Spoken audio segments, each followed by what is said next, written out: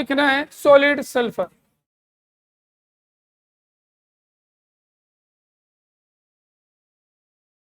Note करो भाई, solid sulphur का फॉर्मूला होता है S8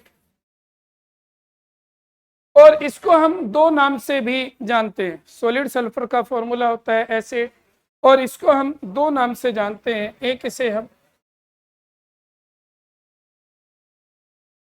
रोम्बिक सल्फर बोल सकते हैं और मोनोक्लिनिक सल्फर।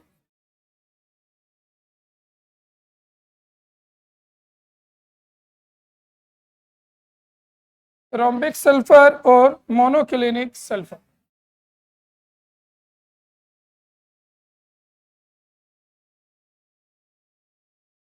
रोम्बिक सल्फर और मोनोक्लिनिक सल्फर दो नाम है, ये ध्यान रखो।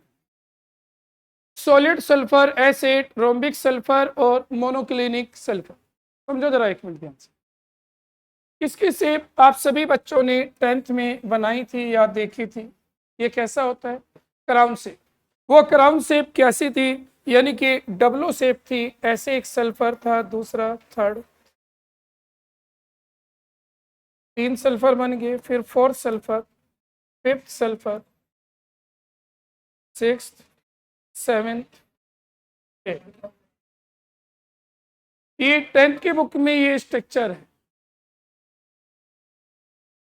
Solid sulphur. आपको नहीं पता? मुझे ध्यान, लिख लीजिए। आज जाके एनसीईआरटी देख लेना, कोई मना कर रहा है।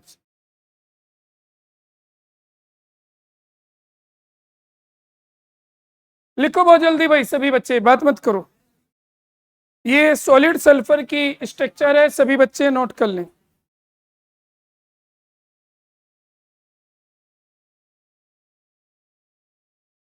इसमें ध्यान देना है आपको, यहाँ एंगल होता है 107 डिग्री और ये बॉन्ड लेंथ है 204 पिकोमीटर। इसको क्राउन शेप हम बोल के चलते हैं।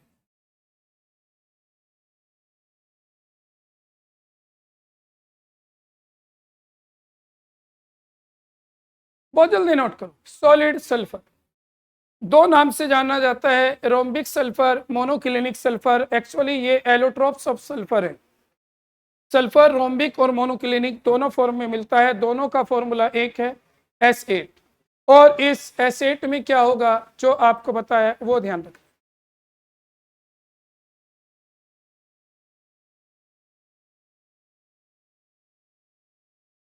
हो चुका? बना चुके भाई?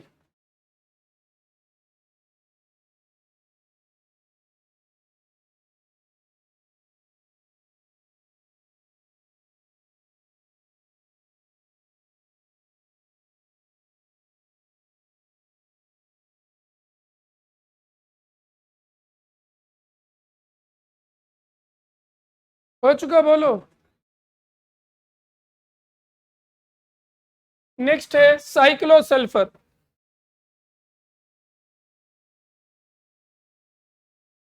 साइक्लोसल्फर होता है S6 और इसकी शेप होती है चेयर शेप। अब वो चेयर कैसे बनेगी पहले एक बार ध्यान से देख लो। एक सल्फर यहां बनाना है, 2, 3। अब इसके बाद इस टाइप से इसे चेयर शेप भी कहते हैं, साइक्लोसल्फर। इसमें एंगल याद रखना है, एंगल कितना होता है? 100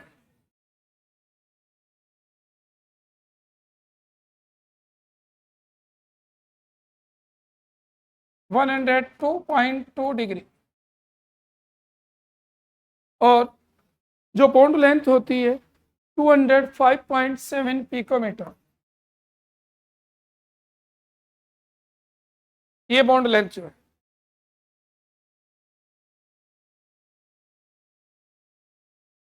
साइक्लोसल्फर, ये सल्फर इन दोनों से नीचे होना चाहिए, इन दोनों से। ये है साइक्लोसल्फर।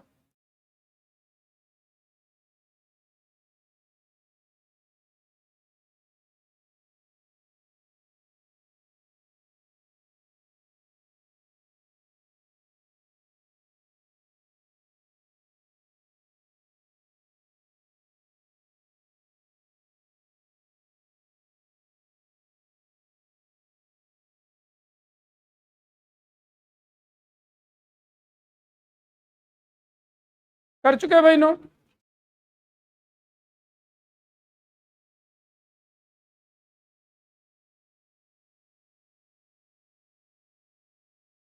ये चेयर बिना सपोर्ट की है।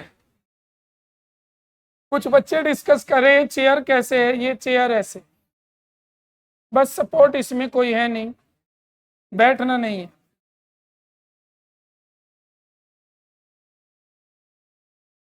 बैठना नहीं है।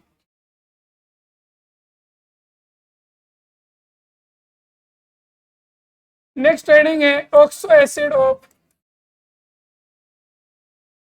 सल्फर। देखो, जैसे कल आपने ऑक्सो एसिड्स ऑफ फॉस्फोरस पढ़े थे, ऐसे ही ऑक्सो एसिड्स ऑफ सल्फर होते हैं। इन स्ट्रक्चर को भी थोड़ा सा समझ के ध्यान रखना है क्या होता है। सबसे पहला कंपाउंड है इसमें H2SO3, नाम होता है सल्फ्यूरस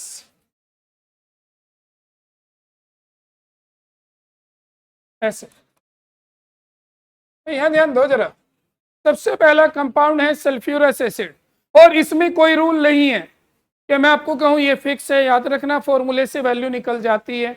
अगर x की वैल्यू निकालें हम, यहाँ x की वैल्यू कितनी आएगी 4, और 4 के अकॉर्डिंग हम इस पे अगर 4 बॉन्ड बनाते हैं सल्फर पर, तो यहाँ क्या कंडीशन आती है, 3 पे ऑक्सीजन आएगा, 2 पर H आएंगे और 1 डबल बॉन्ड, और एक होती है इस पे लोन पेयर, एक होती है इस पे लोन पेयर, और ये होता है पिरामिडल, ये होता है पिरामिडल, नोट कर लीजिए।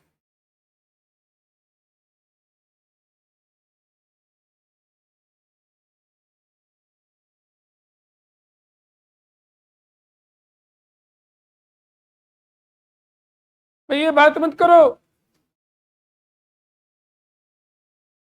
ये है सल्फ्यूरस एसिड H2SO3, और इसकी स्ट्रक्चर ये थी। नेक्स्ट समझना, कर चुके।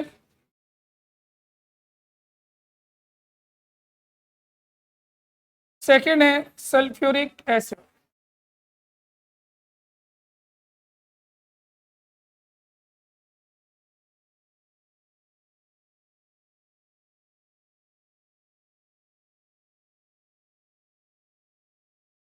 और सल्फ्यूरिक एसिड को किंग ऑफ केमिकल्स के नाम से भी जाना जाता है।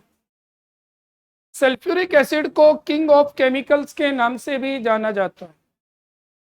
इसमें x की वैल्यू कितनी आएगी 4, सभी बच्चों को आती है स्ट्रक्चर बनानी। सल्फर पर 4 बॉन्ड बनेंगे, बहुत जल्दी बनाइए।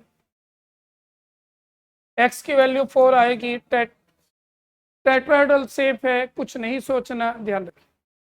हाँ भाई हो चुका, किंग ऑफ केमिकल्स बना लिया। कौन है king of chemicals? Sulphuric acid. Next हमें लिखना है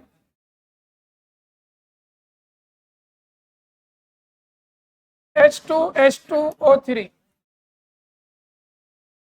थायोसल्फ्यूरिक एसिड। देखिए भाई, आप में से किसी बच्चे को कितनी अच्छी प्रैक्टिस होती है कि अगर मैं इन दोनों में डिफरेंस कराऊं आपसे, तो क्या डिफरेंस आपको दिखाई दिया, दोनों को बहुत ध्यान से देख। इसमें 2 हाइड्रोजन है, 2 ही है। इसमें 1 सल्फर है, इसमें 2 सल्फर है। इसमें 4 ऑक्सीजन है, इसमें 3 ऑक्सीजन है, यानी कि 1 ऑक्सीजन की जगह 1 सल्फर आ रहा है, और कोई चेंजिंग नहीं। तो ये स्ट्रक्चर बना दो, बस यहाँ ऑक्सीजन की जगह 1 सल्फर लगा दो।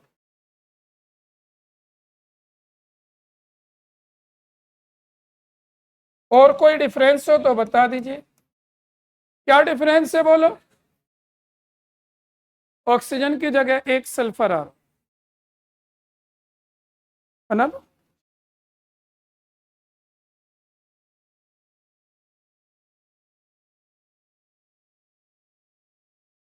सिर्फ ऑक्सीजन की जगह सल्फर आया, उसे हमने चेंज कर दिया। और कोई डिफरेंस नहीं है, ध्यान से देखिए, या और कोई डिफरेंस लग रहा है? हो चुका है।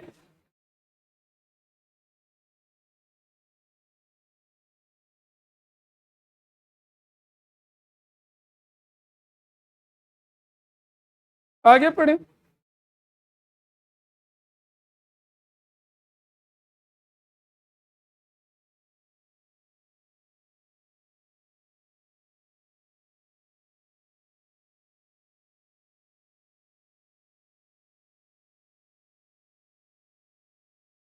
हाँ, H2SO5, H2SO5 नाम है इसका परऑक्सो मोनोसल्फ्यूरिक एसिड।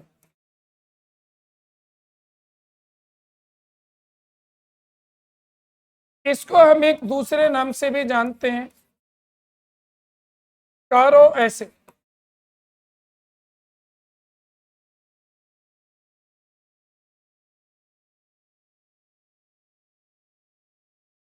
देखो इसमें क्या है, सल्फ्यूरिक एसिड और इसमें इतना डिफरेंस है कि इसमें एक ऑक्सीजन और एक्स्ट्रा आ जाती है। अब क्योंकि एक ऑक्सीजन आ जाती है तो ज्योमेट्री बिल्कुल सेम है।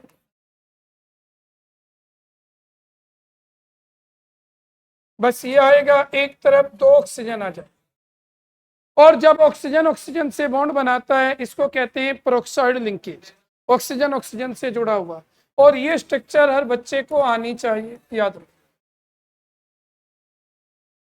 इंपॉर्टेंट स्ट्रक्चर में से एक स्ट्रक्चर है, याद रखना, कारो एसिड या परोक्सो मोनोसल्फ्यूरिक, परोक्सो डाई सल्फ्यूरिक एसिड। इसे हम मार्शल एसिड के नाम से भी जानते हैं।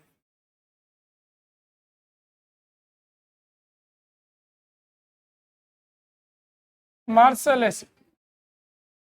देखो इसमें सल्फ्यूरिक एसिड की दो यूनिट होती हैं, बोलो, परोक्सो डाई सल्फ्यूरिक एसिड, इसमें सल्फ्यूरिक एसिड की दो यूनिट होती हैं। तो और हम उन दो यूनिट को एक साथ जोड़ना है और कुछ। एक सल्फ्यूरिक एसिड ऐसे होता है, एक दूसरा सल्फ्यूरिक एसिड इधर बनाते हैं।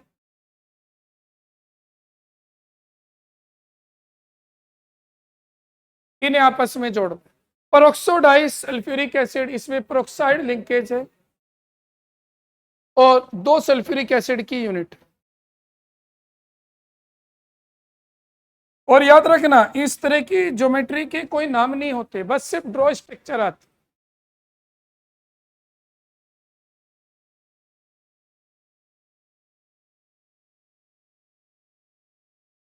एक लास्ट और बनानी है बस, फिर उसके बाद हम दूसरी स्ट्रक्चर सीखेंगे, लुईस डॉट स्ट्रक्चर।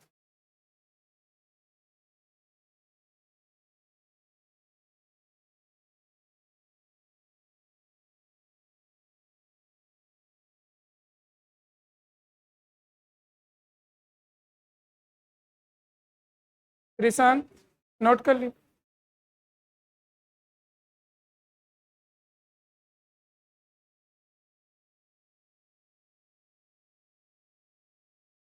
हो चुका, बोलो ये।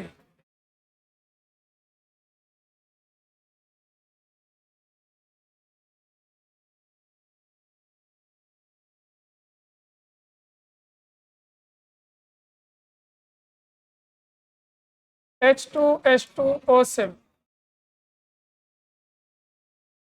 Pyrosulphuric acid.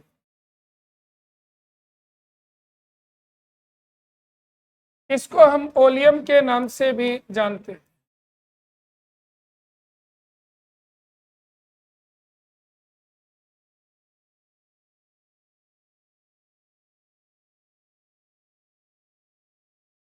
पायरोसल्फ्यूरिक एसिड, इसको हम ओलियम के नाम से भी जानते हैं। इसमें भी सल्फ्यूरिक एसिड की दो यूनिट होती है और बीच में केवल एक ऑक्सीजन होता है।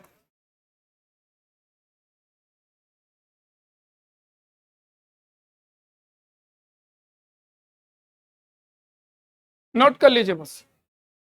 देखो भाई, जो मेन स्ट्रक्चर थी मोस्टली मैंने आपको करा दी, और अब मैं ये कहना चाहूंगा अगर कोई स्ट्रक्चर आगे याद आई ऐसी कि जिसकी हमें जरूरत है तो हम उसी टाइम बना लें, लेकिन मेन जितनी भी स्ट्रक्चर थी वो सारी बना चुके हैं। यहाँ हमारा स्ट्रक्चर वाला टॉपिक कंप्लीट हो चुका है। इससे आपने दो चीज सीखी है, एक तो आपने हाइब्रिडाइजेशन सीखी है और दूसरा आप किसी भी ज्योमेट्री की शेप वगैरह बता सकते हो, ड्रॉ कर सकते हो, उसे एक्सप्लेन